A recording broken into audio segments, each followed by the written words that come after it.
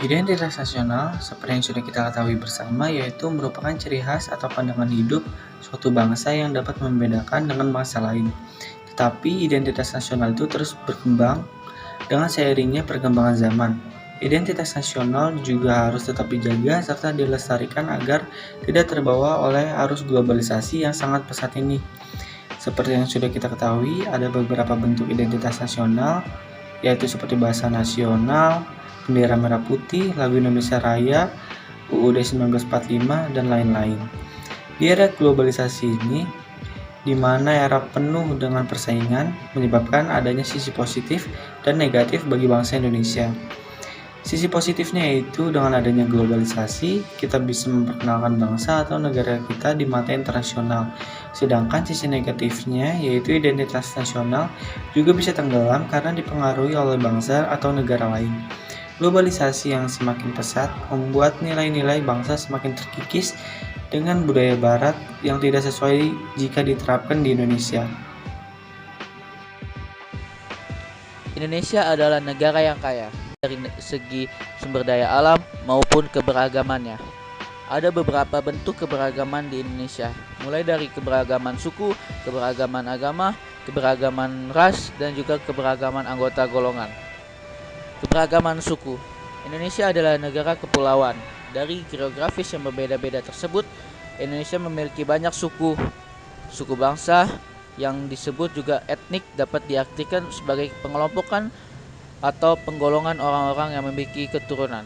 Selain itu, kelompok suatu bangsa ditandai dengan adanya kesamaan budaya, bahasa, agama, perilaku, atau ciri-ciri biologis.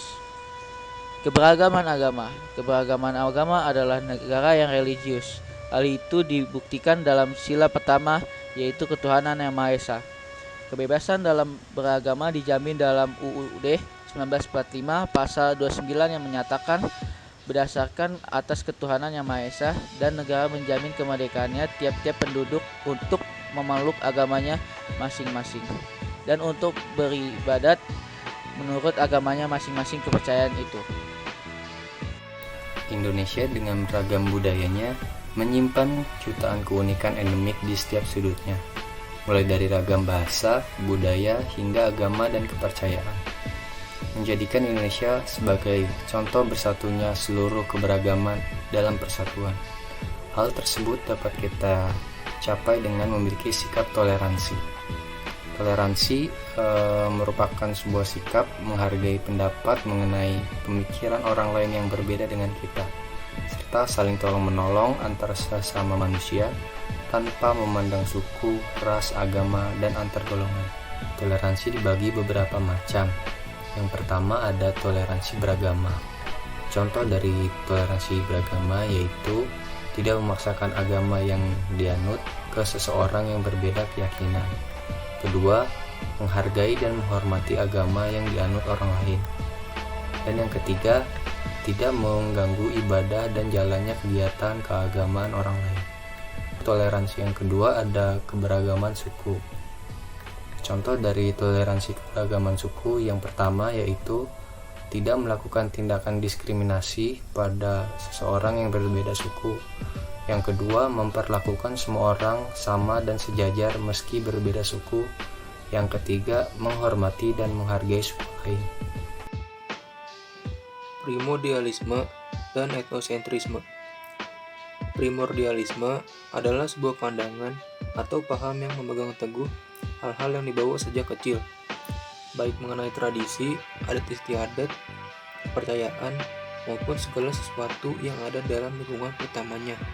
Contoh, ada kepercayaan jika kejatuhan cicak akan membawa sial. Selanjutnya, etnosentrisme.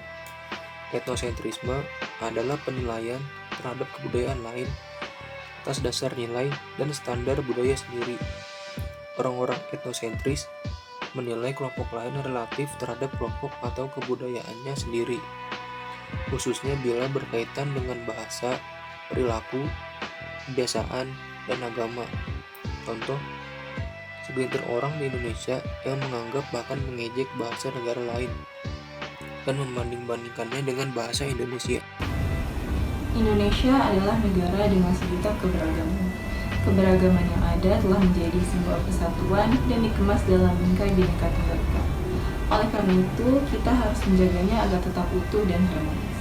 Meskipun Indonesia adalah negara yang kaya akan perbedaan keberagaman, hal tersebut membuat Indonesia rentan terpecah belah karena perbedaan yang ada.